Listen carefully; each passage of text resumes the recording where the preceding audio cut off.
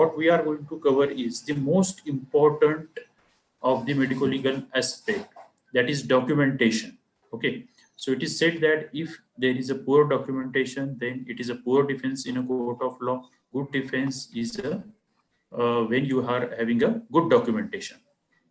Okay, so please just be ensured that you are going to give full attention to this documentation, because two things are very important in our medical legal issues when we are going to fight a case in any court of law. One is communication and other is documentation. Okay, so both of these things, if we follow in a particular manner, then definitely the chances of we winning the case are the highest. So the other topics that we are going to cover today are: what is the meaning of res ipsa loquitur, and do we need to treat if all the emergency patients that are coming to our OPDs or our emergency departments. Medical negligence judgments, we are going to be going specialty wise cases. We are going to cover the specialty wise cases. So today we are going to cover cases related to two specialties, that is physicians and the ophthalmologist. So I request to post the questions in the chat box regarding the physician point of view or from the ophthalmologist point of view. And the most important one is the Clinical Establishment Act 2020 and its repercussions on our medical legal practice or our practice, in fact. Okay, so to enlighten us, all of us, on these important topics, we have none other than Dr. Respected Mahesh Baldava sir. Those who are new today attending the webinar or the lecture series, let me introduce very shortly about Mahesh Baldava sir. Sir is ex-professor and pediatrician of Topiwala National Medical College, Nair Hospital, Mumbai. He is ex-assistant professor of the JJ Group of Hospital, Mumbai. Sir has many feathers in his cap and he has author and editor of many books. Sir, definitely we will, without wasting any time, we will just start with our presentation. After that, we will be going through a question and answer session. So I request all the delegates to please post your questions in the chat box. We will try to answer the maximum questions as the time permits. Okay, so over to respected Dr. Mahesh Baldava sir for the presentation. Sir, over to you, sir, please. Thank you very much, Dr. Nitin Gonde sir. There is some echoing. Can we stop that? There is a technical team to look after that. Even I am able to listen to it. Oh, happy family ke nano. Okay. Happy Ganesh Chaturthi to everyone. And friends, as mentioned by Dr. Nitin Londe, I welcome you all on behalf of Apex Consultant, Insurance Consultant Limited. All the delegates, you're welcome over here. These are the credentials which have been told to you. This is my book, which you are aware, 7,000 copies have been sold out and available on Amazon. Now there is you'll be surprised. Are we fooled? Because basically Consumer Protection Act 2019, as we have read in newspaper or otherwise, we thought that Consumer Protection Act 2019, as we hear, as we see and practice, in the practice you will see that it has not left us. Now, as you know, yesterday also I told you there are three independent wings of the government: executive, legislative and judicial. Then three of them are working independently. So legislative wing did not include the word healthcare into the definition section 242 of 2019 Act. But as you are aware, a 1986 Act also did not have healthcare. But I tossed a coin and found the doctors are in 2019 Act. Hope my prediction is wrong. I tossed a coin and found the doctors are in 2019 Act. Hope my prediction is wrong. I tossed a coin and found the doctors are in Hello. Sorry to interrupt you, sir. Hello. Hello. Hello, Baldav. Hello. Hello. Baldava, sir. Hello. Yeah. Sorry to interrupt. Sir, I think your screen say you have not shared the screen because we are not able to see anything on the screen. Okay. So just make sure. That is the now you are. I was told that screen is shared. Now again there is a problem. So I think I need to share the screen with you people. I have to go. 1 second. Technical glitch again. Yes, sir.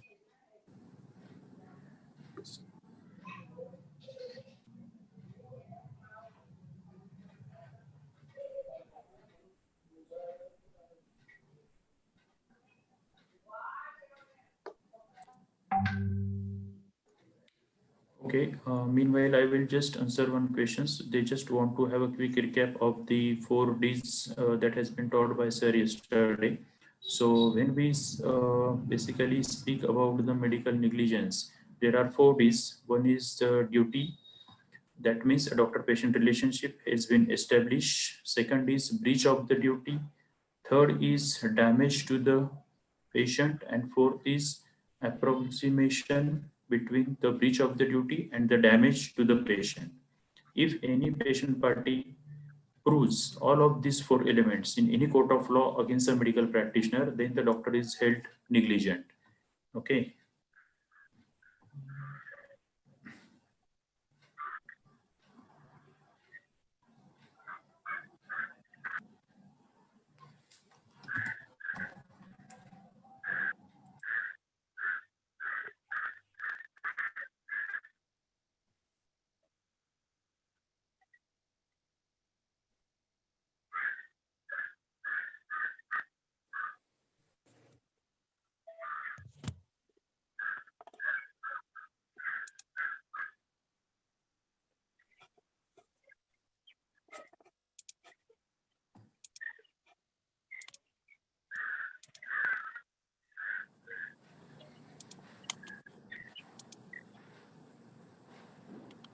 I cannot see the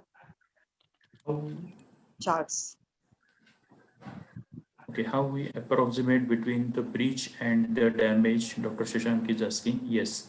See, basically, whenever there is a deficiency in service providing by any of the medical practitioner and the damage is to the patient, see, most of the times, if it is a physical damage, if you have undergone, if you have done a surgery and then the patient develops sepsis, infection, okay, then definitely there is a approximation between the your conduct and then the damage to the patient. But damage is not always physical damage, it may be mental damage to the patient. So most of the time, even when there is no physical damage to the patient usually make allegations against the doctor that I have been suffering from stress, trauma because I was Hello.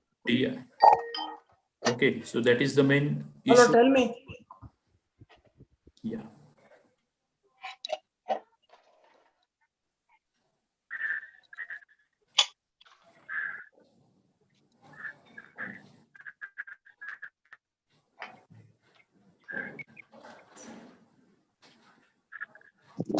Sir, abhi visible? Yes, sir. Your screen share is on now. Hello. Go ahead now or no? Yeah, yes, sir. Yes, sir. We can see the slides But now. why there is echo? There's a lot of echo actually today.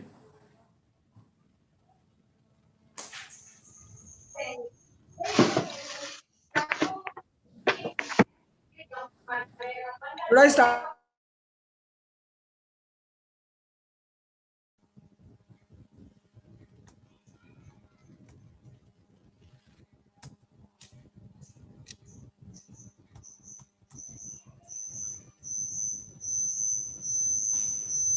Am I audible to everyone? Yes, sir. Yes, sir. You are audible. No problem, sir. And we can see the The slide. echo problem that technical people solve, according to Yeah, you, yeah. that is there. Yes, sir. As I Meanwhile, was we will continue. mentioning, that legislative wing has made us out of Consumer Protection Act 2019, but we are still there as per the judicial part is concerned. Now I'll explain you. There is a judgment, famous judgment of 3 judges, which you are aware, IMA versus VP Shanta. And there, and as you are aware, the Supreme Court judgments under the Constitution 141 article, they are so they always remain alive even though the acts may mention or not. So earlier also in 210 in CPA 1986, it was not there. Again, it is not there in 2019, but I only hope, and I'm proved wrong, that grapes are sour till then. So the idea of telling you is this: the entire presentation contains bulk of the cases from the Consumer Protection Act. There are minuscule of cases which are from High Court and Supreme Court. But now in this particular presentation, maximum are from Supreme Court. So what Dr. Nitin Londe has said, the documentation is the heart of the entire medical practice. Though we feel that we are treating patients and patients are becoming comfortable and they are getting all right, that is basically maybe our primary job from the doctor's algorithm. From legal algorithm, please understand, unless you have kept those records properly, the judges and lawyers are not going to understand. Now, latest Supreme Court judgments regarding maintenance of records, there are number of judgments. Patients and doctors shall forget, but medical documents and records will never. They will always remember. Reality check is that visualize, hear me sincerely to act and maintaining on medical records. Medical records are non-rebuttable evidence.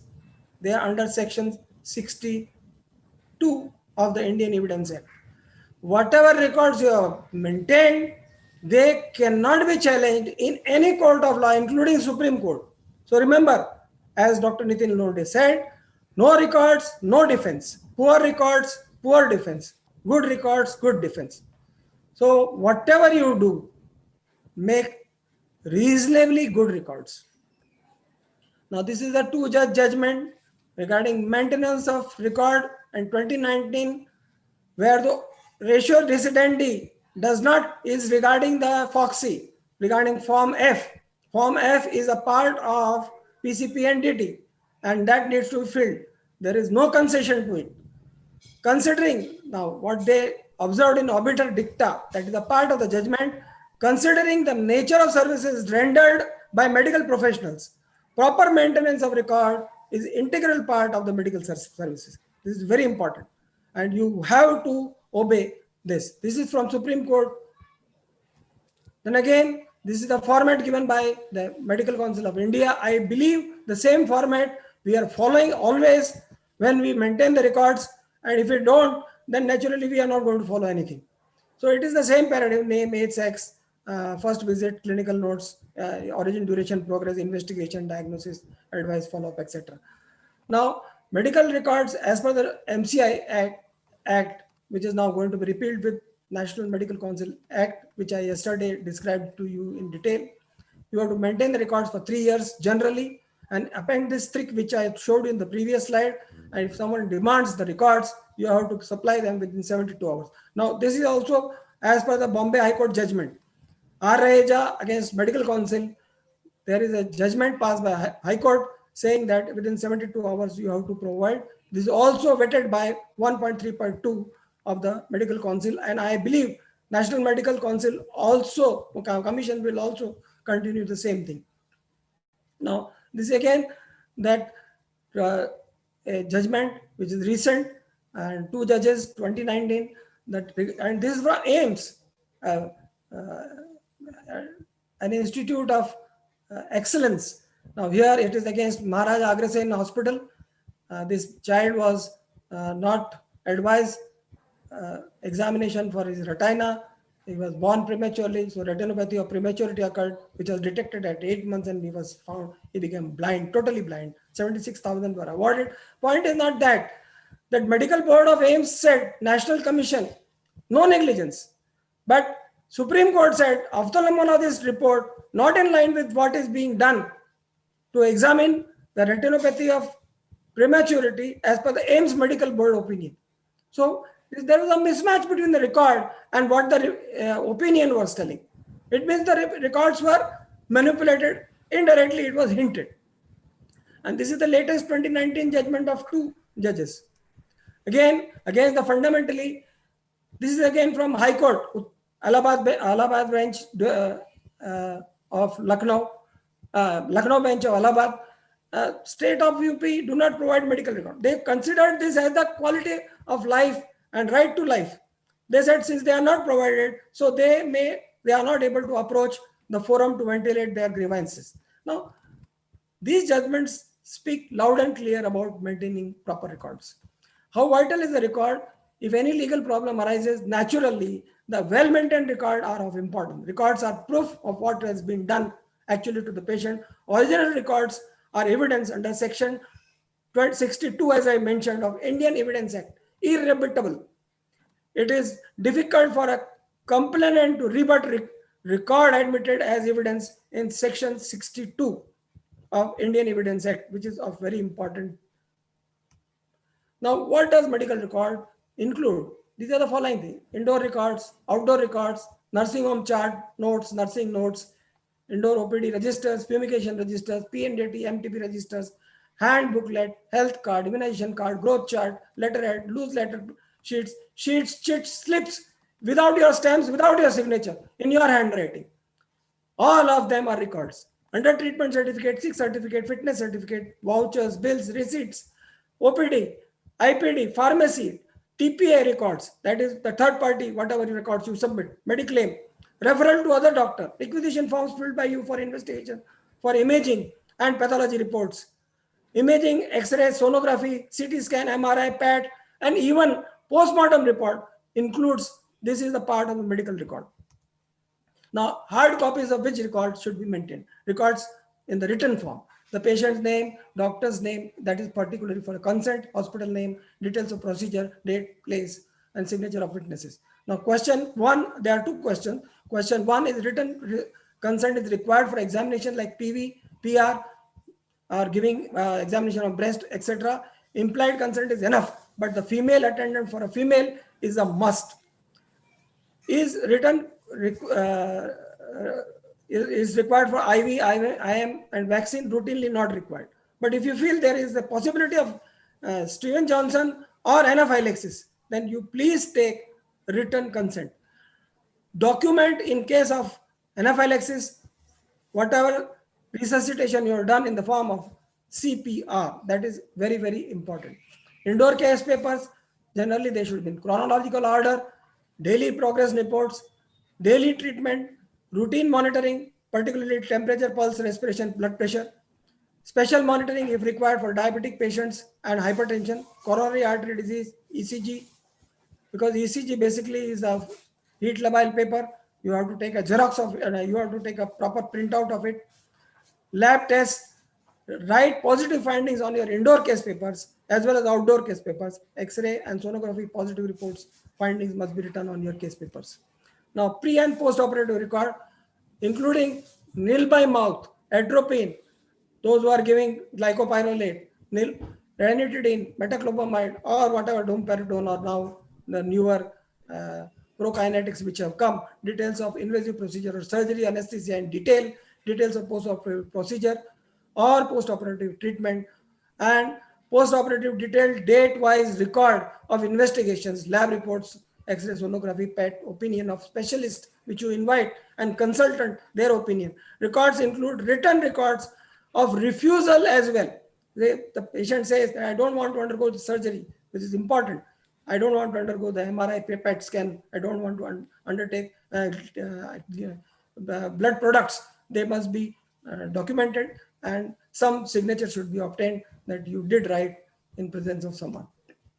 How long that should be maintained? Ideally, as I said, for 3 years civil criminal cases. For consumer cases, 2 years. For a neonate, it almost comes to 3+. Like, mental retarded cerebral palsy child has come, they can file up to at the age of 21 or even beyond also. For children, generally 18+3, that is 21.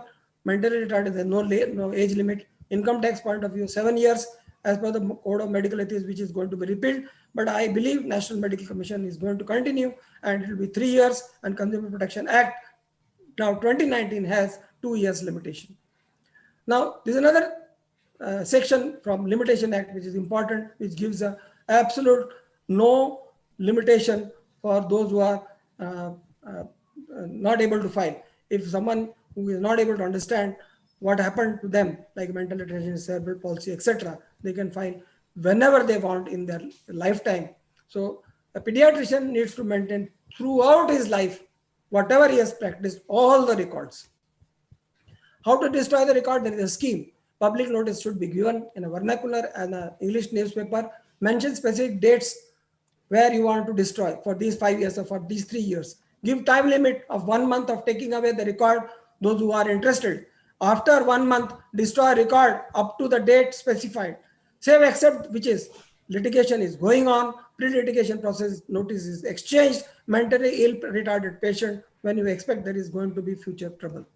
Now, this is a sample of Nanavati Hospital, where I am one of the consultants, and Tata Memorial Hospital, where I am one of the advisors. And yes, there is the alert which I want to give. Yes, records can be maintained in electronic format as well. You need to sign that whatever records were submitted in the court in electronic format, there has to be, it is supported by a declaration that they are true. For routine in cold indoor patients, you can do it very easily, except where red flags don't allow. And what are those red flags? Are frequent monitoring is required of vitals. Investigations are done very hourly or daily or something. Moribund patient, serious patient, ICU, HDU, ICCU, patients who develop complications, disease, drug, surgery, anesthesia, procedure. Patients which are transferred to other hospitals or other doctors. MLC cases like accident, poisoning, burns, fracture, tetanus, and a whole list of it is there of the violence, because we are as doctors are responsible for treatment. We don't know whether the person sustained these injuries because of someone else's act or his own act, whether he has committed suicide or it is a case of homicide. That is for the judicial or law machinery to decide. There is a caveat. You have to maintain a hard copy for consent, transfer notes, referral to other doctor, police cases, certificates of leave, sickness certificates, fitness certificates with the signature of the patient and identification mark. All registers need to be as required by other various authorities: birth, death, MTP, PNDT, tubal ligation, vasectomy, indoor outdoor registers, police information, injury reports, OT registers, sterilization registers, autoclave register, notifiable disease register like COVID, which is a notifiable disease now, is epidemic disease, nursing orders, books, nurses book, register, bills, books, all of them need to be maintained as a hard copy. Now, red alert, keep basic records also ready. This is very important if you want to save yourself from the clutches of clutches and the jaws of law. The registration under CEA or Nursing Home Act, Fire Safety, Shop Establishment Act, Biomedical Waste Act, authorization, place registration for MTP, doctors registration for MTP, place of and doctors for ultrasound machine, doctors registration and their assistants under PCPNDT, register your X-ray machine, CT scan machine, MRI, PET scan machine, narcotic drug license, and very important, doctor's degree registration with medical council. Without that, you are a normal person. So an act where police is going to apply as a doctor 304A, they may even apply to 302, the murder. So you have to submit compulsorily your degree and registration to the policeman. Reality check, make sure that keep the records in duplicate for outdoor patients, loose sheets, letterhead signed, or carbon copies. Nowadays, the carbon copies are gone. you can always Xerox it out, or you can take a photograph and store it in your mobile or on your laptop.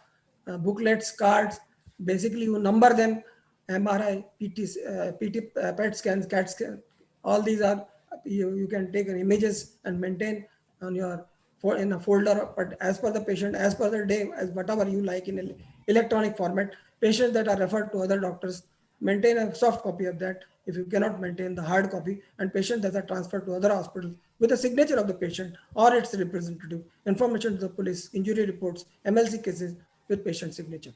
Now, this is very, very important. Good news that RMPs has the right to retain. Actually, basically, all the records which we create, it is our right. But we have to submit for Mediclaim, PP, and TPA claims.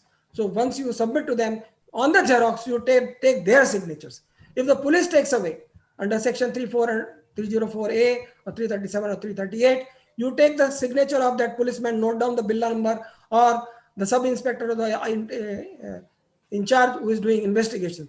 Court or agencies, then you have to submit all the originals.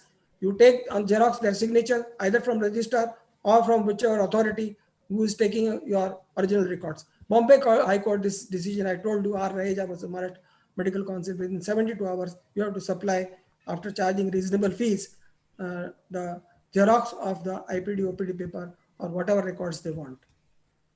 Now, this is a case law. Qureshi versus Pathology Hospital, arthroscopy done, deformity was there. Patient produced deformity certificate. Doctor failed to explain the cause of defect. Held liable because he could not submit the records only. Beware, records show that opinions may vary. Then we are not liable. Angioplasty done by Malhar Hospital. Patient not satisfied, went to another hospital. They said no. The second opinion said that it was a wrong plasty, but opinions may vary and no negligence was held. So this is Chandrasekhar versus Malhar Hospital. This is illegible handwriting, very age-old judgment. Pendergast versus Sam and D. In this case, the antibiotic amoxil was prescribed. The downhill was given. Patient suffered hypoglycemia and died. And 25% had to be paid by doctor and 75% by key. There is another judgment from in India now, 2020 judgment. This is from Odisha. The very tightrope walk ahead. Doctor shall write, this is the judgment, name of drugs in good or capital handwriting. Avoid illegible scrawls. Leave no room for ambiguity. Now, this is the latest judgment from High Court from state of Odisha. Krishna Mandal has filed, and please remember that you maintain your records in good handwriting or in a soft format under section 62 or 65B of the Indian Evidence Act. No records supplied to the court. Anjali Srivastava, Sheila Palajani, LSC has done intrauterine fetal death of unborn child. No records produced.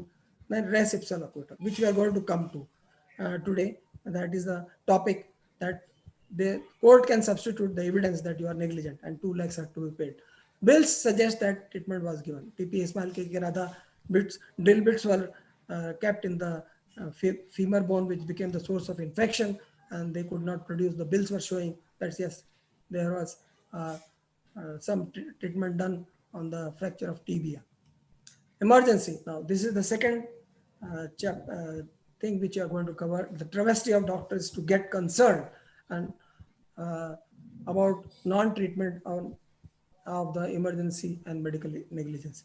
Otherwise, it will be medical negligence. Basically, can doctor choose the patient? Yes. If it's a cold patient, you can treat. There are 2 cases here in green that not in emergency refusal may land in litigation. 1989 judgment, famous judgment of Permanent Katara versus Union of India, road traffic accident got taken from hospital after hospital patient died. Supreme Court took a very strong view and said human life is insurrectable and the doctors need to take care of give the treatment to the patient. I did yesterday's class, I did tell you that Dr. Manocha's case, who referred him to Orchard Hospital. There's another Supreme Court case, 2 judges, Paschim Bengal, Khed Majid Samizdi. Here the Hakim Shield fell down. Of course, he did not die. He was taken to 7 hospitals. He incurred the expense of 28 8,000, Supreme Court took a very, very strong view. They said any person who is sick and serious, he must be treated. Third case is again well advertised in Times of India, etc. 2005, Parvat Kumar Mukherjee, National Commission Judgment Engineering student, was asked 10,000 rupees deposit. They did not treat, did not admit. Supreme Court, they reiterated, Supreme Court said human life is inseparable. Medical services be provided promptly and police formalities shall wait. Now this is the fourth case, which I described a second ago. It was Savita Guliani, the wife of the martyr Guliani, where the case was filed against pediatrician and Orchard Hospital. The pediatrician who did not even see the patient, he said, you go to Orchard Hospital, which is opposite his clinic. But the patient, when he reached to Orchard Hospital, patient was already dead. The Dr. Manocha was the pediatrician, was faulted that why didn't he see the patient? And he compromised with the patient for 2 lakhs rupees and 5 lakhs rupees, which are against the Orchard Hospital said when the patient reached to it, the patient was not alive. So those were waived off and appeal, and the appeal was dismissed. So friends, be careful. The fifth case was emergency, where good news that road traffic accident patient. In this case, X-rays were taken. Patient was stabilized. Patient was sent to CMC Ludhiana. By that time, the gangrene developed. Amputation was had to be done. But the court said, okay, no problem. Though he has lost the limb, but what Bharat Nursing Home has done is correct. Stabilized the patient and saved the life of the patient. So this judgment gives us hope that you may go, they may go to the court of law, but if you are right, then you will be let off. Now let us come to what is the Clinical Establishment Act 2010 and the rules 2020, and it almost appears that we will be bonded doctor laborers, or even maybe worse, because each and every thing is specified on the website of this CEA website. I will just, in a couple of slides later, I will show you. 2010 CEA constitutionally held valid. Ashwini Goyal has filed this against Union of India, and Delhi High Court said, no, it's constitutionally valid, dismissed the appeal. Whether it affects our fundamental right of practice, Yashbir Tomar, he filed Uttarakhand, it was rejected. So on both the counts, as far as our practice getting affected and its legal validity, it is valid. Can it be applied directly to all the states? No. Only 11 states it can be applied, and which are there. I have mentioned Arunachal Pradesh, Madhya Pradesh, Mizoram, and 6 union territories. Maharashtra does not have so far CEA. It's stuck with the finance secretary, and soon we are going to have, because we are amongst the states where there is a nod required under Article 251, Part 1 of the Constitution, because the state, it's in the health is in concurrent list. So basically, unless Maharashtra government approves, it will not be applied. Or wherever this 251 article needs to be to create or adopt CEA, it will take time. What types of registrations are required? The provisional registration, the list which is given with a booklet of 176 pages, which you can download or read soft copy of it. I'll come to that slide. And I have summarized this as a PQRRST requirements, which I'll show in the next slide. Otherwise, your license will be cancelled. It is not so easy like Bombay Nursing Home Act. It is not so easy like State Nursing Home Act. It is very complicated process. And if you don't register, non-registration, first offense is 10,000, second offense is 50,000, and subsequent offense is 5 lakhs of penalty. Disobeying any direction of obstruction of inspection, 5 lakhs rupees of penalty. Any person serving in a non-registered establishment is 25,000 penalty. What is CEA all about? It is about the transparency, online digitization of health information. It's good, but it's very, very tedious for us. Place has to be well ventilated, well illuminated, OPD, IPD, OT, impervious walls. There are space specification that there should be at least 7 square meters per patient. Between the patient, there has to be distance of 3 meters. I mean, it is just not impossible in the big cities where the place itself is so costly. It may not be even possible in small cities. Qualification of doctors are prescribed in that 176 booklet. Nurses qualification is prescribed. Support staff qualifications are specified. Rates are, some guidelines are given, and those rates which are decided by the state government, they need to be displayed in a prominent place, online as well as offline. Registration is compulsory and available 24 hours under CEA. Otherwise, your registration will be cancelled. Soft and hard copies of birth and death record, MTP, PNDT, and electronic medical records must be maintained. And you will find this on clinical establishment .gov. This is there is a website on this, everything is given. Now, why it is impractical and uneconomical? It seems unrealistic to doctors since P requires a private hospital and clinics to provide standard. Standard means the best according to them. That is 7 square meter per patient place, and 3 meters distance between the two cots. I mean, there's something which is, and which should be well illuminated. There has to be entrance and exit, which should be different, and the sizes of the various windows, etc., are prescribed. Best qualification of the nurses, other the paramedical staff. Your charges are minimum, and the schedule of A1 resuscitation within 24 hours. I should be available 24 hours. Treatment protocols are provided in 176-page booklet, which is available on this http clinicalestablishment.gov, which you will see. You please visit this. R means it was challenged by Ramnik Bedi, and they said the provision of the act do not create any impossible situation to the practical medical profession. This is ultra vires of controversy. So this in contention that you will not provide 24 hours emergency services is also gone. Now, since Clinical Establishment Act also will enroll dental clinic, a lady who is heavily bleeding, pregnant, and he reaches to dental clinic. What a single doctor is going to manage? How is going to happen? I just don't know. It is just a square, fitting a square peg in a round hole. Now, this is the website. Please visit this on the left-hand side. Each and everything is important. All these are going to be applicable to you very strictly. Otherwise, be prepared to pay every time 5 lakhs rupees. Now, treatment guidelines are on what with 178 pages, section 7, chapter 7, 8, 9, 10, 11, and 12.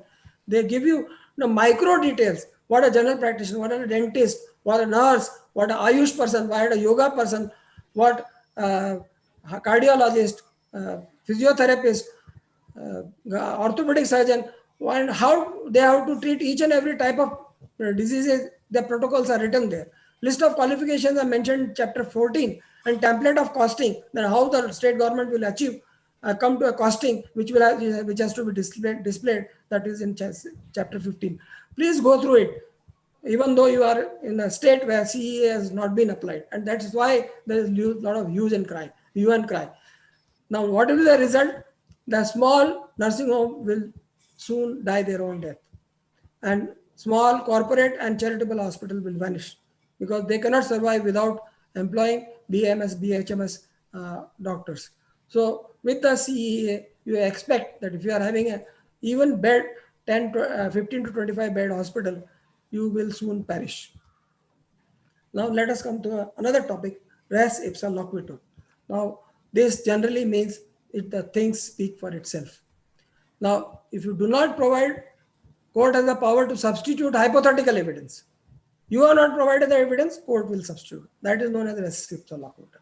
Don't supply medical records to the court. Don't explain complication to the court. Don't, and they say that your silence speaks loud. Your silence speaks everything. That negligence speaks for itself. What is wonderful concept which the judiciary has developed. Please avoid res ipsa loquitur being applied to you. So maintain good records. Now, usually proving negligence by patient party is very difficult. If not documented, complication becomes negligence. Substituted evidence, res ipsa loquitur, means you are 100%, you will be liable. That means you will be held negligent.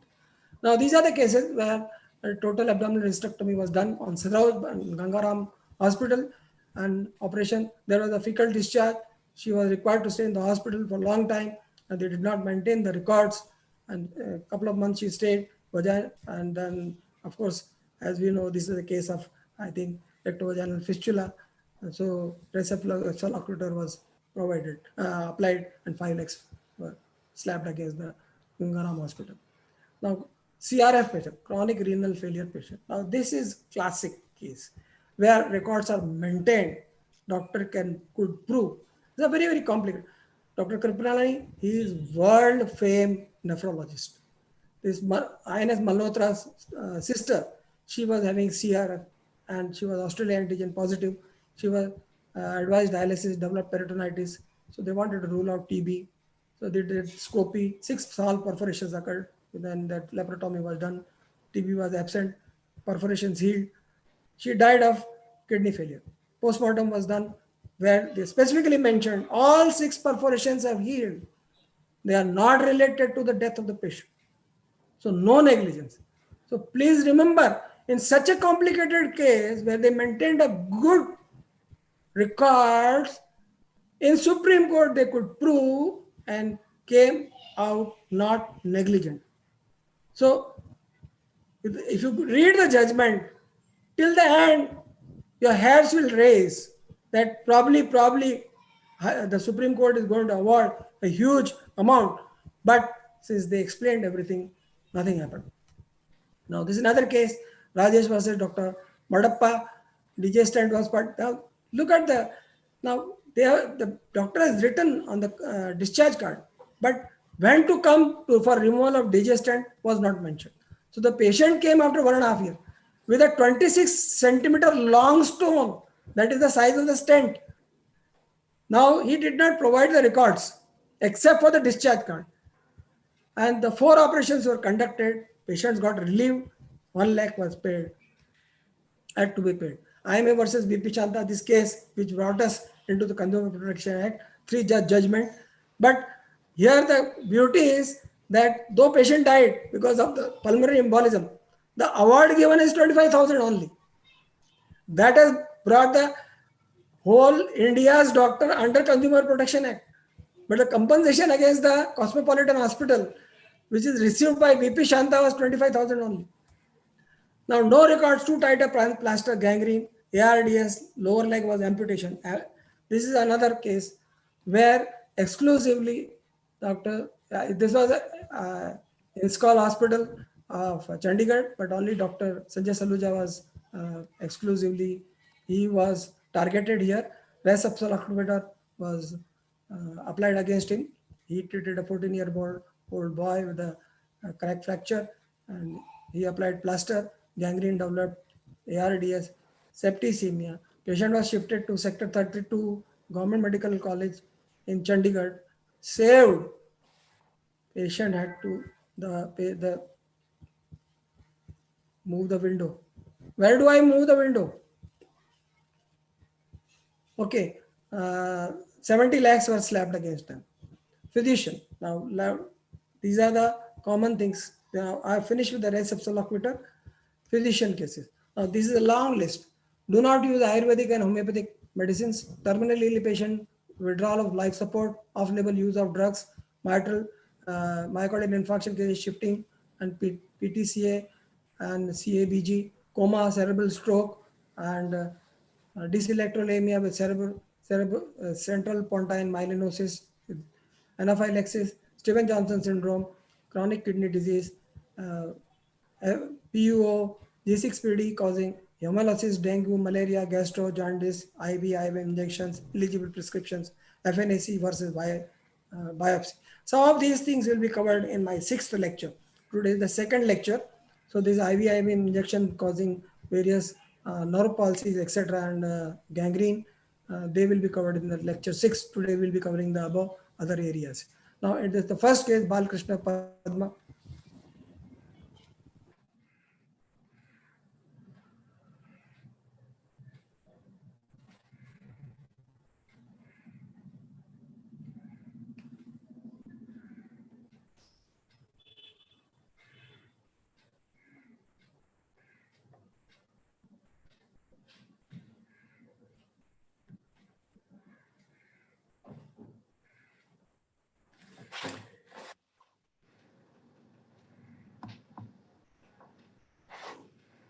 Okay, delegates, I think by error, Dr. Mahesh Balteva sir has disconnected.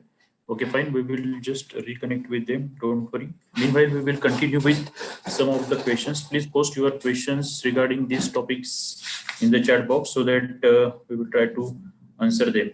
Dr. Vinit Gupta is asking about the medical illness certificate format and the guidelines that how to issue the medical illness certificate. Okay, fine. See, important is there is definitely a format for the medical illness, how one should issue a medical illness or a fit certificate. We do have all the formats with us. You can just contact the organizers, or you are already having their numbers, and they will give you all the important certifications, or how to the format copies of how to document all your indoor paper, OPD papers, certificates, death certificate. Okay, so everything is with us. The most important thing is that whenever you issue a certificate to anyone, make sure to make a carbon copy of that certificate also, and you are supposed to preserve that certificate with you. Second, another important thing regarding issuing of the medical certificate is you have to take either a thumb impression as an identification mark of the person to whom you are issuing a certificate, or you can mention the identification marks of that person. This is very, very important. So these two things are important to be noticed. Okay, then okay, fine. Let's see the next question.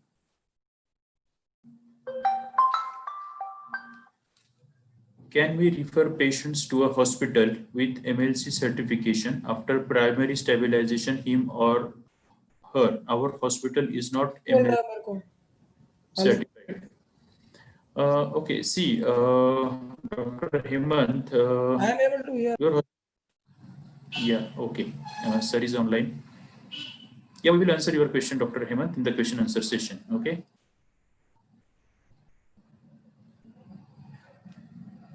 Dr. Jayanta is asking if we are to set up a hospital with private clinic of 1 or 2 doctors,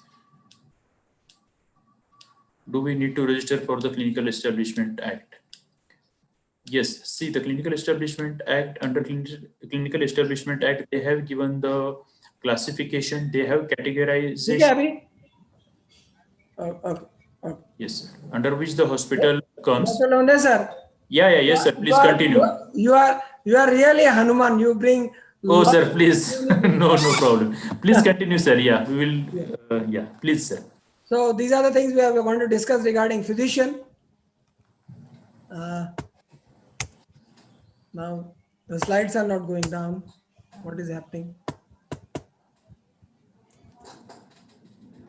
Now this is the first case in this thing. Please don't prescribe any Ayurvedic medicines. Now in this case, you can see this was described yesterday also.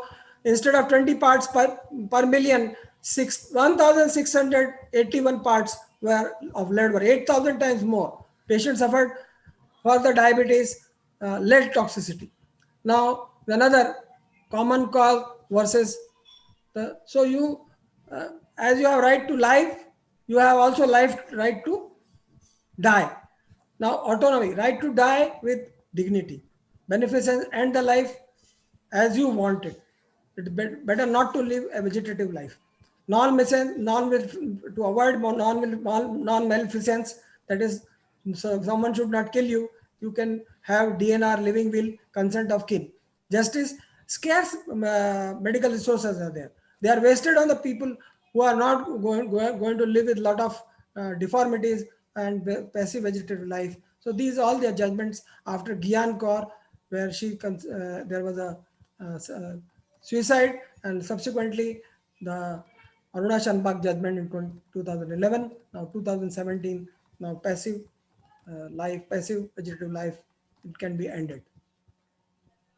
Now this is another Jacob Matthews, where the terminally ill patient was there, and this again became the basis for the medical board opinion is required before you arrest the doctor.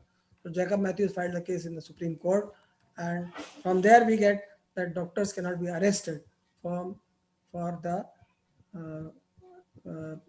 the police for negligence unless proved by the medical board. Now this is 2013 judgment. Yesterday also we had described 11.5 crores. Here toxic epidermal necrolysis, that is severe form of Steven Johnson. Now the thing which was not told by me yesterday, that they used depomedrol 40 milligrams for 40 days, masking sepsis in the lady, causing septicemia. She was shifted from Amri Hospital, Calcutta to the Breach Candy Hospital, Mumbai. The Breach Candy Hospital, they removed the depomedrol and patient developed multi-organ failure and death because whatever the infection which was simmering, it came out. So steroids also would have a dose limit. Please read it. And particularly depomedrol, which is long acting, it is to be given once a week. Martin D'Souza. Here, totally opposite view. This case was also again, yesterday was described, again I am describing today. Here, chronic renal failure patient was given amikacin 500 milligram twice daily for a Klebsiella infection to cure the urine infection. So, normal dose is 14 grams, instead patient received 21 grams and he became deaf. So, lower courts said Martin D'Souza was a world famed nephrologist again. Then the Supreme Court said, no, he is not wrong. He saved the life of the patient, and naturally, it's a life saving, so no negligence. So please, and he had all the records to prove. Angiography done here in the Escort Heart Institute. So they did not test for the dye. The dye produced acute kidney injury, and in spite of that, the cardiologist did not discontinue angiography, and drug dye reaction was there. There was nephropathy, and ICU staff never bothered to check for hypoglycemia, and finally hypoglycemia caused death. And they were also found of guilty of overwriting. So 27 lakhs were awarded. This 2014 judgment. This is again myocardial infarction, ICU, treatment given, death. Mohanan versus George. Here patient could not have been shifted because the nearest bigger hospital was 210 kilometers away. The negligence was not found.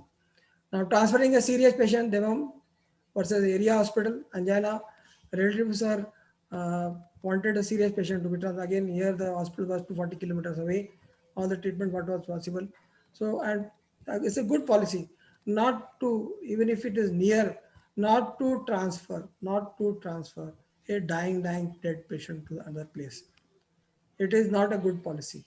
If the patient is going to die anyway, let it die in front of you. You do all the job of resuscitation. Angioplasty done, stent, post-stent stenosis occurred.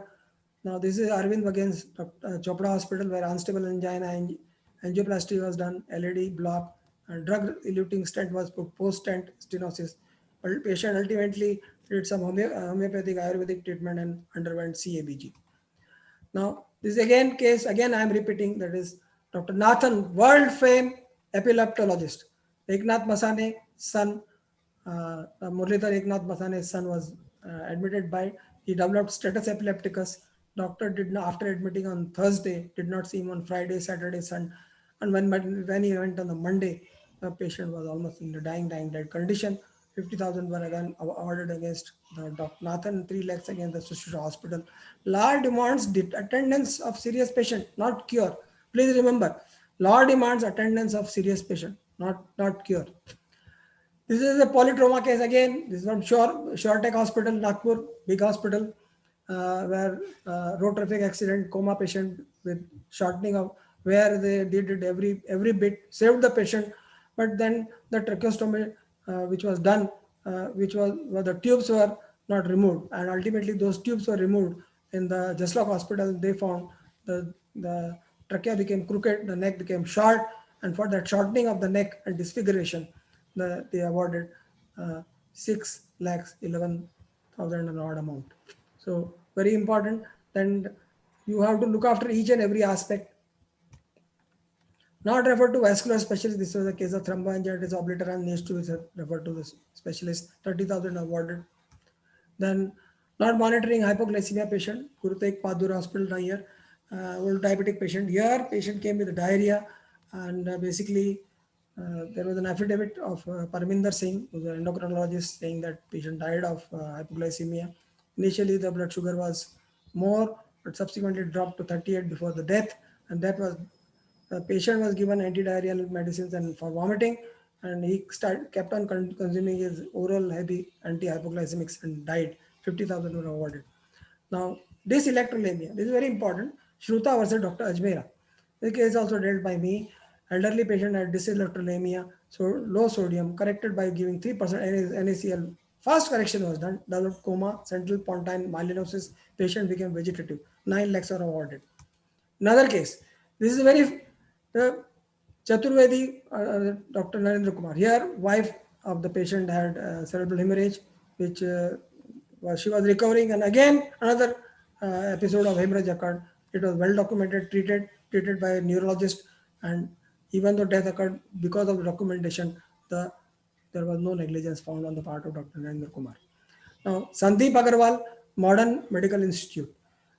This is basically a very, very important case, which a medical student given prescribed lithium for 1 week, and mechanically these doctors kept on giving every week for 6 months. Adverse effect of the lithium occurred, and patient developed central pontine myelinosis, 100% disability. 13 lakhs are awarded. This is one Chhattisgarh.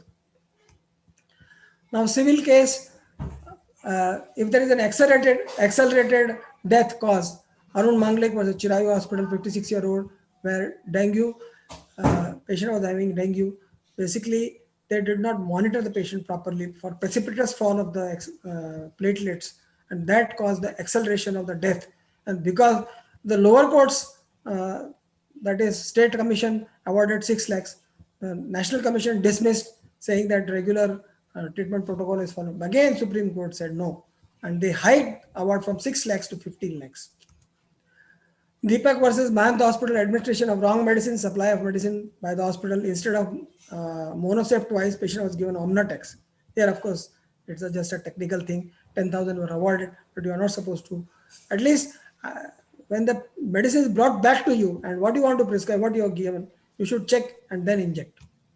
FNAC versus biopsy. Rani Devi versus SR Agarwal, fever, swelling of the neck was there. FNAC was treated for tuberculosis. As per the report, no relief. Patient went to another doctor who did diagnose biopsy, who found Hodgkin's disease, was found to be negligent.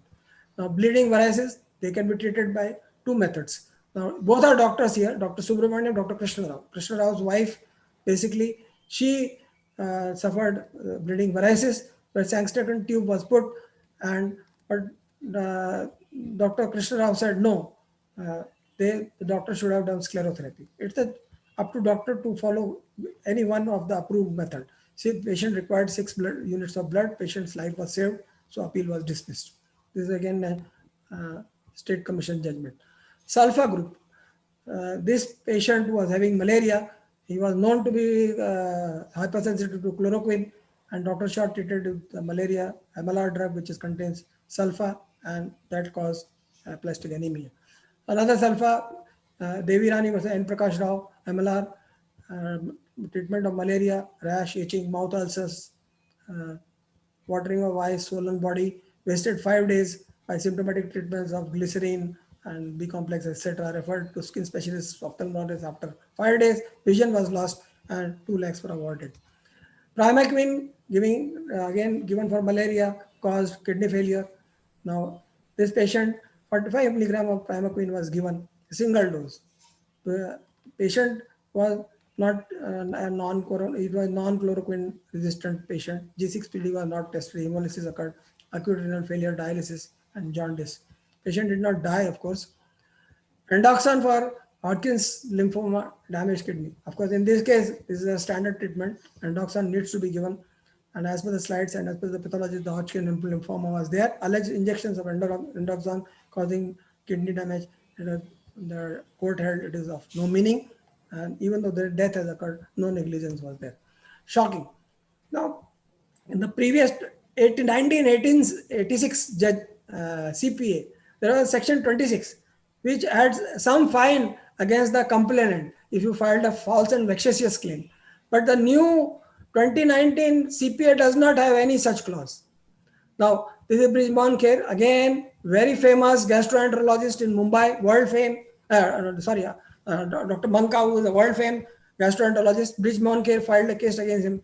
Gastro specialist he treated the upper abdominal infection, preventing septicemia, attributed subsequent heart attack to the previous treatment, no negligence. And patient was asked to pay 10,000 rupees to Dr. Banka. This provision has been removed from 2019 Act. So please remember this.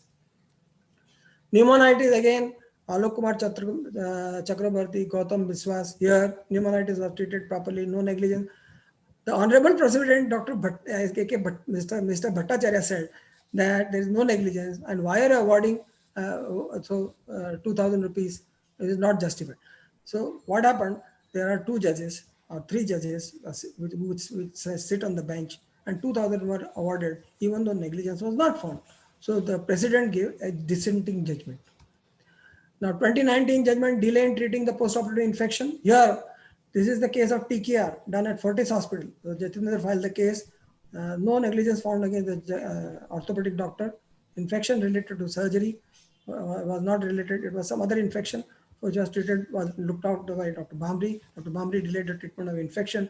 Pulmonary condition worsened, deteriorated. Patient was shifted and treated by Dr. Dhawan at Alchemist Hospital and ultimately died.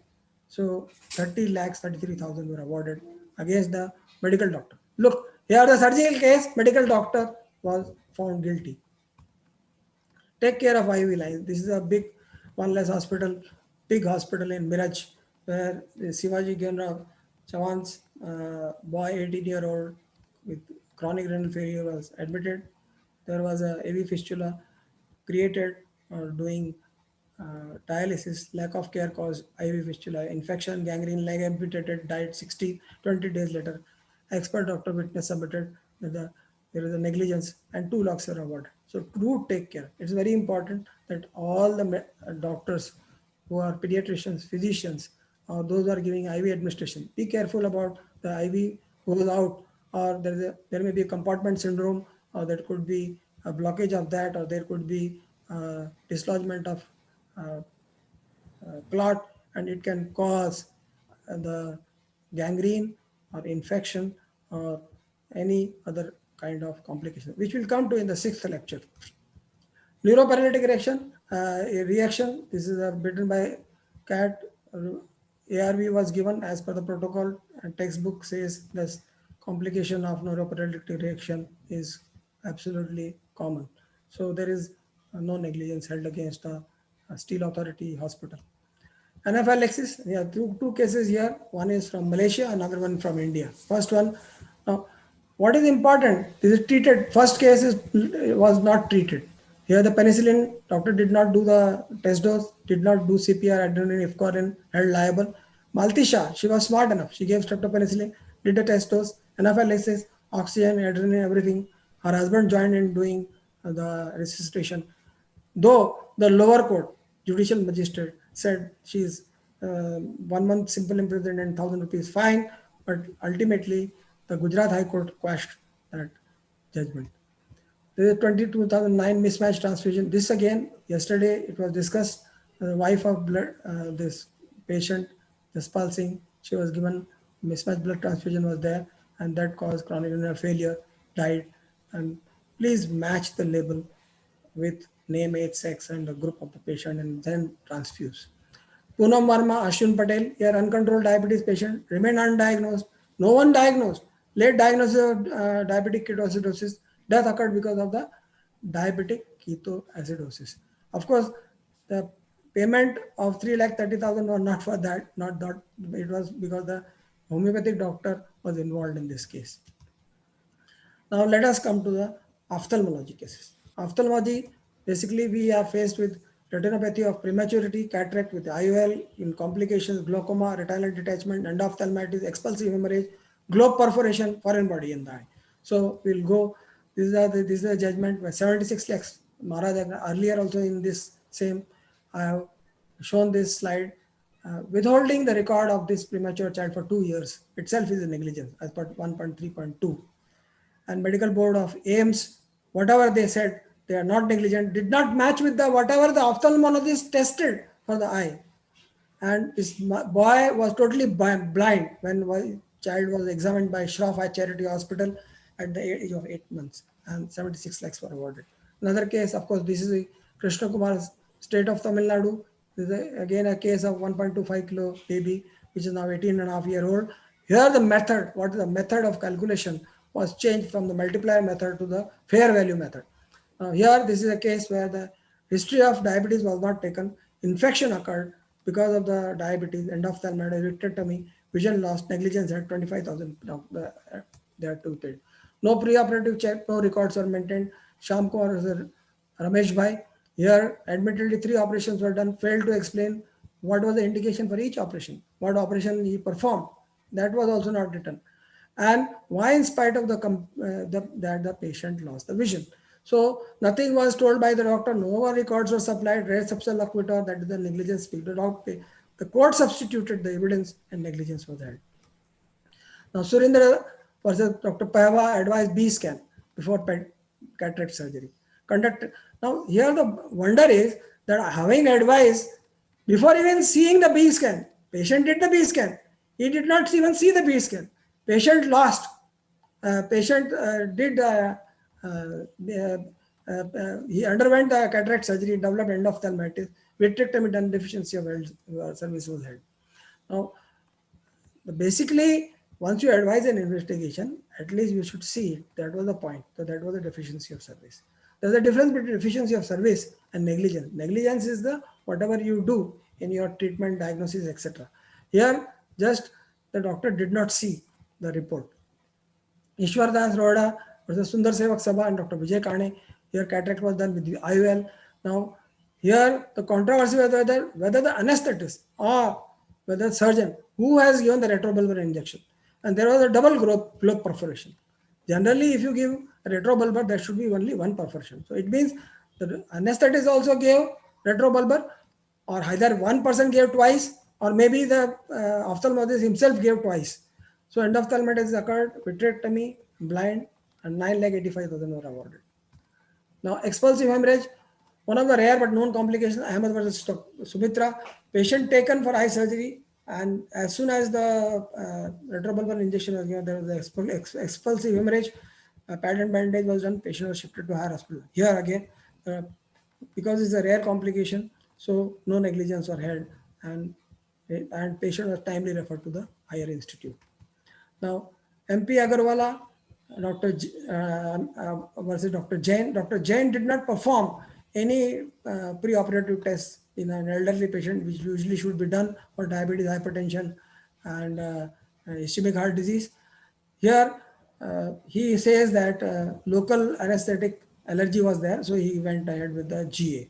Now, there was no ECG done, no blood test done, and anesthetist was not called, and patient died of excessive anesthesia. That was what allegation, and doctor said no, it's heart attack, but he could not prove. No postmortem was done. 2.2 lakhs were awarded. Now, failure to measure intraocular pressure. This is a famous case again. K.N. Lal, who is leading advocate in Bihar, and Dr. A.K. Akhwari, who is a leading eye surgeon, complainant, practicing lawyer, operated on cataract. The only thing was that after the operation, patient developed increased the pressure into the eye and glaucoma, and doctor also agreed that it is because of this the patient has lost the eyesight. Now, once the doctor agrees to what the patient is telling, the court is bound to award 5.5 lakhs.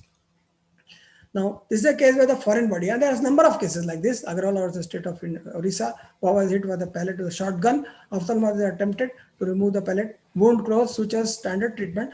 Actually, if there is a irretrievable foreign body in the eye, one should not remove. In fact, if you remember, Pramod Mahajan was shot by Praveen Mahajan. A number of bullets that remained in the liver as well as pancreas, and they were left by doctor and inside the body, and they were not removed. Ultimately, finally, because of the injury and infection and multi-organ failure, Pramod Mahajan died. That's a different matter. But there are people who live full life even though the bullets are not retrieved from their body. Failure to diagnose and treat complication. The Sai Baba God, Dr. Thomas, complained had severe pain in cataract eye and discharged forcibly. He said there is no problem, gave some medicine mechanically, and endophthalmitis occurred, vision was lost, he went to another doctor, and then he was found negligent. Then this is cataract endophthalmitis, Zipmer. Now, look at the institute like Zipmer. Srinivas filed a case, cataract surgery was done, complete loss of vision, antibiotics were given, intermittent steroids were given. Medical board says, Dr. of Rajendra Prasad Center for Ophthalmic Science, the AIMS, and LV Prasad Institute, that whatever treatment was given by Zipmer is not in line with whatever the standard treatment is, held negligent, 5 lakhs were awarded. This is PRK treatment. There are a lot of advertisements done that they will not wear spectacles, and that is where they were found negligent under 2(1)(r). Naturally, if there is a problem, that number is not excluded, then number is not gone and patient wears the spectacles, then naturally he is entitled for compensation. This is what has happened. Another number of cases, Dr. Hardia and all the older cases where bigger awards have been given, here 1 lakh was awarded. Any one of the two acceptable method is principal. Here the Dr. Somnath Chatterjee, actually he wanted to do phaco surgery, but he could not do. So he did the normal surgery, put in the IOP, pupil was constricted here, massive posterior synechia were there. So naturally he had no other option. This resulted in damage to the cornea and iris. There is no cogent material to show the surgeon was responsible for development of complication. And in fact, there was no patient had nice vision. All was just accidental, and doctor did not realize that there were synechia and all, but patient did not have any vision problem, so no negligence. Now, posterior lens drop. This is another common complication. Ramakrishna, Dr. Reddy, cataract lens drop, vitreous into vitreous. He tried 3-port pars plana vitrectomy to retrieve the dropped capsule, whatever lens, but earlier retinal detachment, there was a retinal detachment. Late occurrence of the phaco surgery is one of the complications of the dropped nucleus, and vitrectomy was done. RD was treated, vision loss, 2 lakhs were awarded. Now, this was a case which was told by me yesterday also, and again I'm telling you today. The marginal ulcer was treated by Berenger Hospital, where carbolic acid was dropped in the eye, and there was a cornea damage, vision loss, negligence, and 1.15 lakhs. Consent shows the shortcoming on the part of the. Now, basically, there was a similar case which I described to you about PI Chandigarh. Here, again, the eye was operated at home. There was no infrastructure, and then patient came to her hospital for restitching, and vision was lost because of endophthalmitis. Now, this is, and the records were not produced by the doctor. So naturally, there was a negligence. Now, Dr. Kohli was a Sher Singh. Here, doctor says, I have not operated. He had all the evidence, papers, as well as witnesses to show that he has operated. Eye vision was lost and 9,000 were awarded. This is a cataract camp. Now, generally, government of India is not promoting cataract and tube double ligation lamps. A.S. Mittal filed against state of UP 84 patients out of 88 developed infection and lost vision. What happened? Anything? Any problem? I think your share screen has, I don't know. Ajit, just please look into this. Is it all right? Yes, sir. Please go ahead.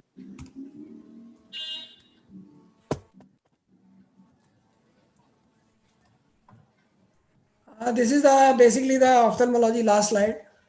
These are the challenges which I described to you yesterday also. The new challenges will be 1 crore minimum, 1 to 10 crores for state commission, 10 more than 10 crores with national commission. So be prepared for bigger cover of indemnity insurance. For lower level, at least should be 1 crore. Second is jurisdiction. Again, I'm repeating yesterday's thing only, that a person gets operated in Calcutta, he is residing in Patna, he can file a case in Patna, and doctor will have to come to defend to Patna. So here, Apex Insurance Consultant Limited, which is 26 states, it has its own branches, including Delhi, where there is a national commission as well as the Supreme Court.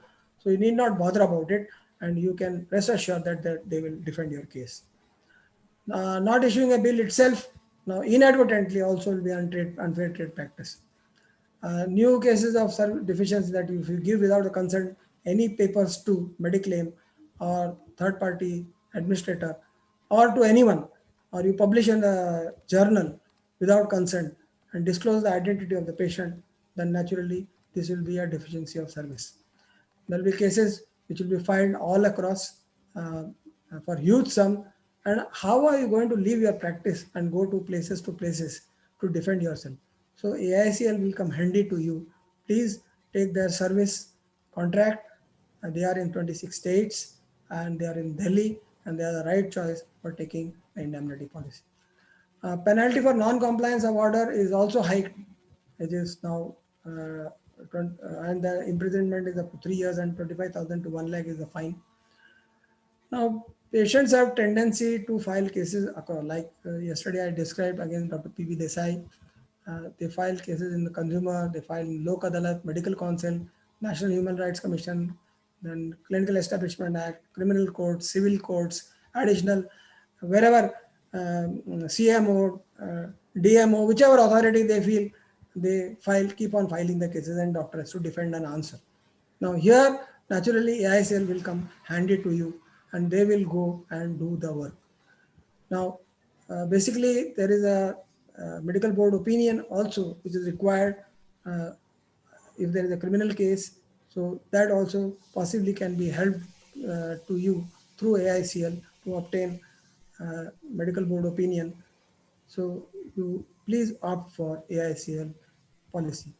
Legal challenges ahead. Actually, who will bell the cat? I guess I am repeating it that even Kunal Saab would have filed a case in America, he would have maximum got 1.55 crores. But in India, he got 11 crores plus. Mandatory medical expert opinion for all the cases, medical negligence cases should be there. As per the Martin D'Souza, which was overruled by nickel super specialty. I will explain this in when I explain to you the Consumer Protection Act, that actually even the nickel super specialty judgment is not in sync with whatever they are telling. Restriction of inflated claims, there is no such thing. One, they can claim from 1 rupees to crores of rupees. Occurring of complication, please document it, please document it, please document it in good handwriting, and then only it will be protected under section 65B or 62 of Indian Evidence Act. Filing simultaneous cases in CPA criminal, this I told you, and you will have to keep running from here to there and paying interest beyond 90 days. Now, this basically is, this has happened in Kunal Saha, but there is a good judgment of, as I told you, JJ Merchant, Dr. JJ Merchant, Srinath Chaturvedi, Dr. JJ Merchant, that one need to stick to the timeline. So here, this ends my talk. I will summarize this to you that what I talked about today basically is initially we went to through the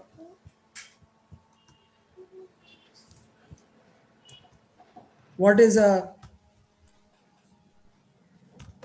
I'll go to that particular slide only.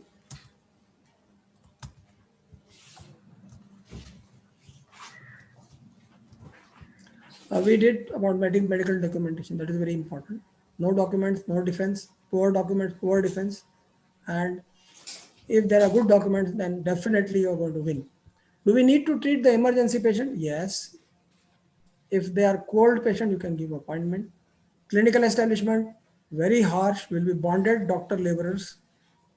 And you go through that website, sincerely I am telling you, and you'll feel the jitters of it. Clinical establishment, the meaning of res, if you don't supply the documents, then court is going to substitute the evidence saying that the negligence speaks for itself and you'll be fined or found negligent. Then we described the physicians, whatever the cases I have enumerated, and the cases against ophthalmologists. Now, all in all, what I want to tell you that hike your indemnity coverage. Second, choose a company which has a presence all over, which can help you. And according to me, AICL is the best. And lastly, friends, please maintain your medical documentation in order, either electronically or by hand, whichever way you want. Thank you very much. I hand over to my moderator, Dr. Nitin Londe.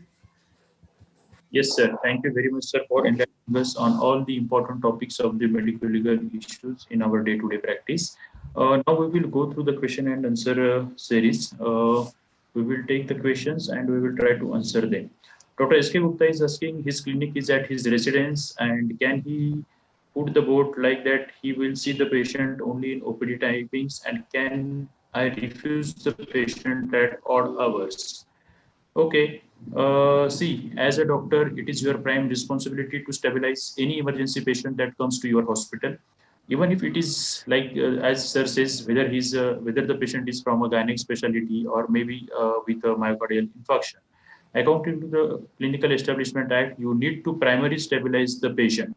Whatever knowledge you have with you, you can just apply that knowledge. You try to primarily stabilize the patient, and depending on the infrastructure at your place, you can definitely shift the patient to a particular hospital where he will be having the better treatment or a specialized treatment. Okay.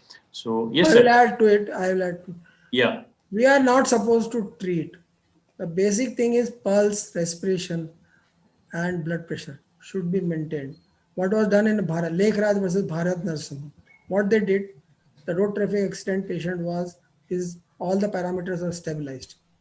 Leg which got severely injured, that was amputated in CMC Ludhiana. No fault was found for delay in taking treatment for that fractured lower limb which got amputated later on. So it is not a see what the Supreme Court in Permanent Katara versus Union of India, Paschim Bengal Khet Mazdoor Samiti and all other judgments is this: the doctor is the only person who in such situations can maintain pulse, respiration and blood pressure, the three vital parameters. This is what is required, and since we are knowledgeable, we can do it. And if we are not, we should, there are courses available where we can learn CPR. Exactly. There are many courses where you can have those ATLS courses and the other courses. And in fact, we do have the basic knowledge about the intubation and other things. Okay. So recently there was a case in Pune where a dental practitioner, he had given anesthesia to the patient for doing some dental procedure. And the patient developed cardiac arrest, becomes unresponsive, and ultimately it leads to the death of the patient. So the dental practitioner was not having absolutely any resuscitative measures at his place, no intubation tray, no emergency medications, no oxygen supply. So in that case, it is very, how can we defend in any court of law? Like there is no basic infrastructure available at your clinic, and if something happens, so whenever you are in your clinic, even if you are injecting a medicine intramuscularly or subcutaneously or whatever, you should have at least this basic infrastructure available at your place. This is very important. Okay. Then yes, Dr. Rajesh Mahajan is asking, if registration of hospital is pending for renewal, so should one go and operate at such hospital? Sir, registration of hospital is mandatory under the Bombay Nursing Act registration in Maharashtra, as well as now the registration is compulsory under the Clinical Establishment Act wherever it has been applied. So definitely one should, whenever you go at any place or any hospital, you make sure that the hospital is duly registered with the competent authority of the law which is being applied at that particular state or particular place. Yes, sir. Clinical Establishment Act clearly spells out. If it is not, then 25,000 will be instantly fined against the person who goes and does the treatment there. Treatment there. It's very clear. Exactly. So even if the renewal is pending, please avoid doing, and it is your right to ask to the hospital authorities to kindly issue a Xerox copy of that certificate to you. Okay, so please follow these protocols. Dr. Sachin Tiwari is asking, patient after laser surgery who is seropositive and having a uncontrolled diabetes mellitus, he developed stroke one day after the laser surgery. Now the patient is making allegation that his stroke is because of the laser treatment by the ophthalmologist. So in that case, how to justify to the patient? I don't think that laser is a cause, because see, yesterday, if you remember, yes, there was a case which I told you, in which the MBBS doctor has done appendix. The patient developed stroke. and in the judgment, the lawyer pleaded and judges understood the stroke is different from appendix surgery. This you have to clearly mention. Then only you will win the case. Yes. Dr. Khushbu Sharma is asking, is do not resuscitation is valid, and what is the protocol to write, and who will write, whether a doctor or the patient's relatives? You have already covered, sir. Yes, please go ahead with your this thing. I will tell you. There is the 2017 judgment. There is a living will which you can make, like you are making a power of attorney that this my wife or my son or my daughter I appoint, and they will take decision for this. Or second thing, you can tell that whenever if situation comes, please do not intubate me, do not put me on life support system of any kind, and let me die natural death.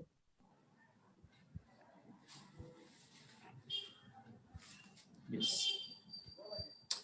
Okay. Those many are attending on the YouTube also. They do have some questions regarding that. We have few questions about them. Dr. Sanjay is asking, the partograph is how much useful in maternal death as evidence? Definitely, it is a part of the record keeping, and as sir has already covered in his lecture, any document, okay, let it be from investigation point of view, from treatment point of view, any slips, any your CT scan report, ECG report. So everything is important when we are supposed to defend the case. So definitely partograph is one of the most important document, and one should always preserve it as an documentation. Dr. Hemant is asking, can we refer the patient after stabilizing to other hospital as his hospital is not MLC registered? I think there is, I don't know what criteria is this MLC.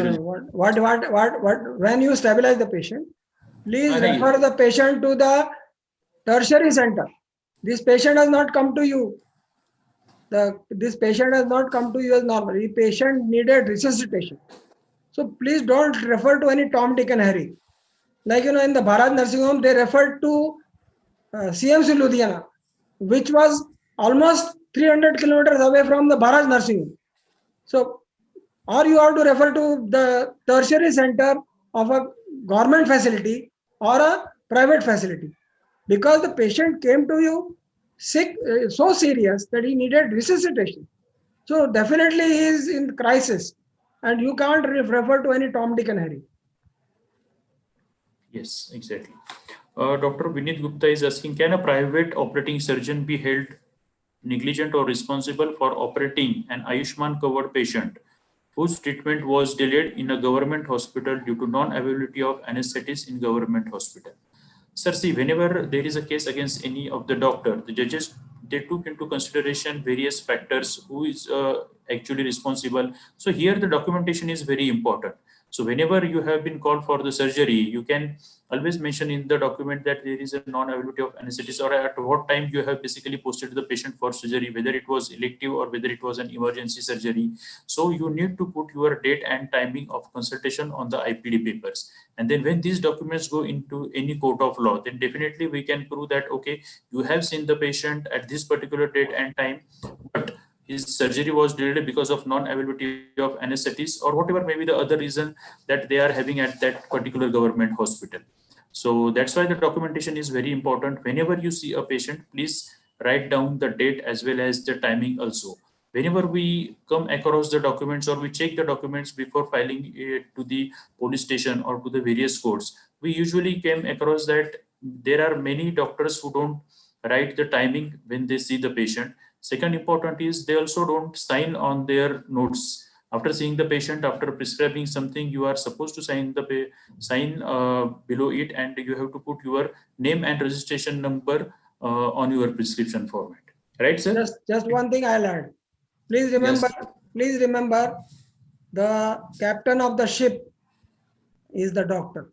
Yesterday, I showed you one case where Roy versus Dr. Chitlangia, which was from Bombay Hospital, where appendix case was conservatively treated, and subsequently the patient came to the brink of perforation of appendix, and patient died of septicemia. So in any case, even if the previous mistakes are there, they all get accumulated, and when you reach on the scene and you are the doctor, mostly court will hold you responsible in such a situation. So you, before going there, you take whether to handle this case or not to handle this case should be your first call. If you handle the case, then you are the captain of the ship and you have to be responsible for that. Right. Great. Dr. Ashok is asking, in case of an emergency, the doctor is trying to resuscitate the patient, but no improvement happens. So can, in this case, the patient be referred to the higher center? Yes, Dr. Ashok, you have tried all your means or all your knowledge and you have tried to resuscitate the patient, but the patient is not responding to your treatment. Then definitely for a better treatment, you can, as sir has already suggested, that you are supposed to shift the patient to the tertiary care hospital. But while shifting, you need to take few precautions. One thing is that a registered medical practitioner should accompany such a critical patient. He should be transferred in an ambulance which is well equipped with all the emergency medicines. Okay, so you should have all the emergency medicines by hand. If the patient is already intubated, then definitely you can do ambu bag, or if the ventilator is available, or otherwise all the emergency medicines should be there when you are going to transfer the patient. Just don't send the patient with any one of your compounder or attendant. This is very important. And then you may face the litigation that you have shifted the patient without accompanying. And there have been already such cases also. Right, sir? You have to. I want to add to this. Yes, See sir. what Supreme Court expected and where I have attended several times. What the court expects is once such patient comes and when you're transferring, think that this is your sister, daughter, brother, father, mother. Think that this is your relative whose life you want to save. Reach them safely. There may be a chance that you will lose OPD. There is a chance that you will lose a lot of money on that day. But you will be saved of lot of other problems, toxic problems, legal problems later on. Thank you. Yes. There is one question. Can state government recommend cancellation of doctor degree and registration for non-medical causes? Because they have encountered recently, there have been many such things under various government. See, if any doctor is basically involved in criminal activity or criminal negligence, then definitely the state government can recommend for the cancellation of doctor's degree or registration if he has done any gross with a criminal intention, anything in his practice. But for others non-related to the medical causes, sir, I just want to ask you whether any state government can recommend. Yeah, see, listen. Basically, there are a couple of reasons which are more added to it. See, you should not associate with the people who are not allopathic. Second, you cannot run an open medical shop. Sure. Third, that basically there should not be the people why they have done this, that you are not registered, you are entering into cut practice. There are laws which are coming on offing. So on those basis, they can cancel your registration. There are a lot of things which are coming up, and after the Clinical Establishment Act, it will be, that's the reason I'm telling you, will be bonded labor doctor. Thank you. Yes, sir. Dr. Bhanu Pratap Singh is asking, he has recently started a COVID-19 isolation ward, and what all documents should he maintain to be prepared? Sir, I think sir has already covered it. All the you have already started the COVID-19 isolation. So basically, the patients who are COVID-19 positive, they are basically being admitted to your ward for observation or for treatment. You need to keep all the records of those patients, maintain a proper register, and under notifiable disease, you are supposed to inform all such patients to the competent authority at your place. This is very important. And then definitely you can always have a good communication with the patient's relatives, and a proper documentation is also important in COVID-19 cases. Yes. So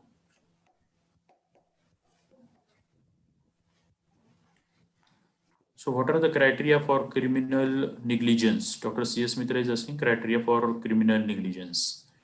We have covered this yesterday.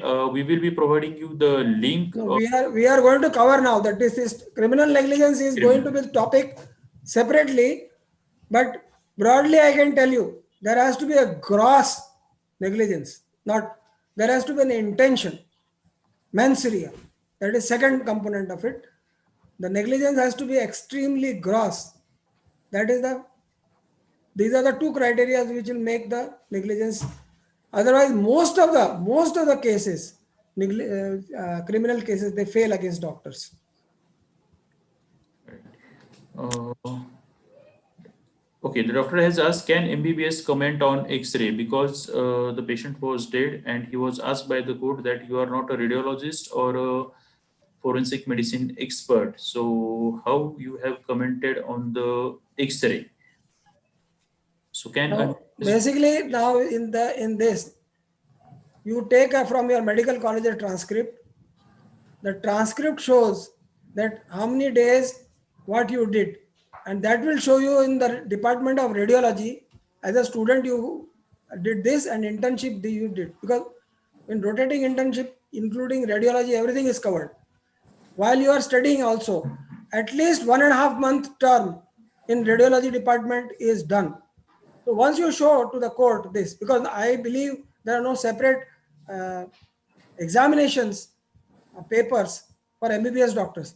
But the transcript shows the number of hours which actually in fact if you travel abroad for any kind of a job, then the first thing they ask you is get your transcript. The transcript shows that these many number of hours you put for anatomy, physiology, biochemistry, and whatever subject.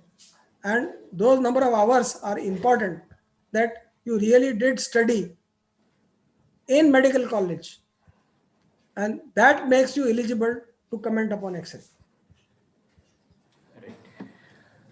Dr. Arvind is asking who is responsible for an act in the government service, doctor or government or the concerned staff. Yes, under vicarious responsibility, if the doctor is the employee of the government hospital, then definitely it will be against, the case will be against the state, and the government hospital will be the party, and the other, even this is also regarding the staff also, because staff is also an employee of the hospital.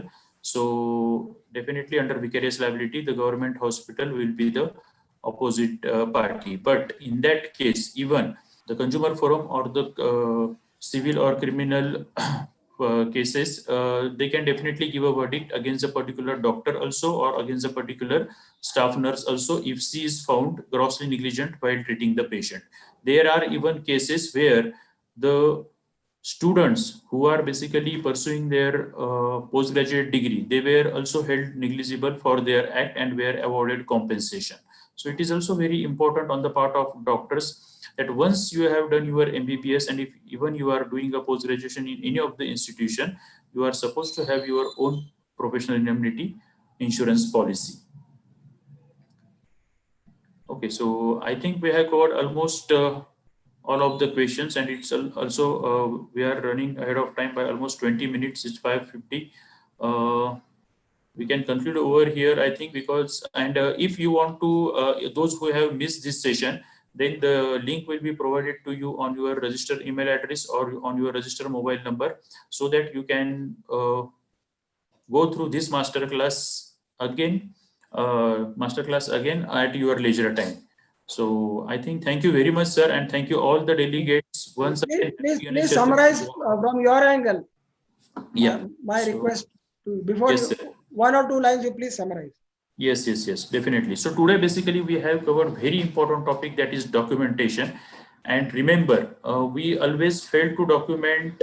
Many times we say that, okay, I will document this after some time. I am in a hurry. I do have many of the patients. Just remember two things. If you are having a hospital, usually we are having a electronic medical record keeping room, right? So whenever the patient is discharged or there is a death of the patient, the file goes to this emergency medical, to the medical record keeping room. Okay, so there is an in charge of that room or of the hospital record keeping room. Make sure, make it a habit that whenever the patient is admitted, put an incomplete stamp on his paper. Once the patient is referred transferred to other hospital, discharge, or is expired.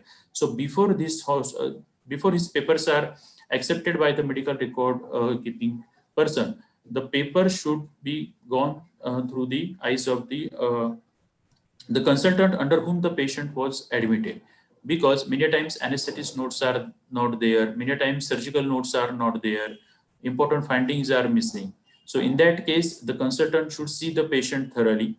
He should note that what important findings are absent or what notes are not there. He should basically complete all those, or should and then after that, once he is satisfied that okay, this paper is complete from the notes point of view, then he can basically put his signature over there. He can summarize that okay, this paper is complete, put the complete stamp, and then only the paper should be accepted by the medical record keep in charge person. So this is very important, because many a times what happens, the allegations came or the cases comes 2 or 3 years or 1 year after the patient is discharged or is being expired. Okay, so this is very important documentation. So please follow and do the documentation as meticulously as possible. Legible handwriting is very important, because whenever we check the records of the doctors, literally we came across such a handwriting that we absolutely cannot read anything. There are many judgments where the judges have basically mentioned that their handwriting, the doctor's handwritings are very illegible, cannot read, and that's why just because of that thing, the case has been gone against the doctors. So please make sure that you keep all the proper documentation. And this now we will be meeting on next Friday at 4 p.m. for the third lecture series. Before that, we would just like to request you all that please go and read about these few important cases which sir has mentioned.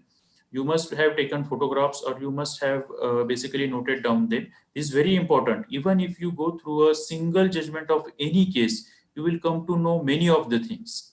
Okay. So we are just basically giving you a brief idea about how to practice in our scenario in day-to-day medical legal practice, how the medical legal litigations against us should be at the minimum or should not happen with us. Okay, so please go ahead, and I think we should conclude over here. I thank you all the organizers, the back office team who is working tirelessly for doing all this without any interruption. Thank you, Baldava sir, for your Thank you, sir. presentation and all this Thank information. you, all delegates. All the delegates. If you have any other query, you will be having all the Apex Insurance Consultant Limited numbers. You can just contact them. If there is any medical legal queries, they will be connecting you to any of the medical legal consultant, and definitely your questions will be answered on the phone, on the WhatsApp, or on the mail. Okay. So I thank you on behalf of Apex Insurance Consultant Limited. Once again, a happy Ganesh Chaturthi to you all. Stay happy, stay healthy. Thank you. Thank you. Thank you.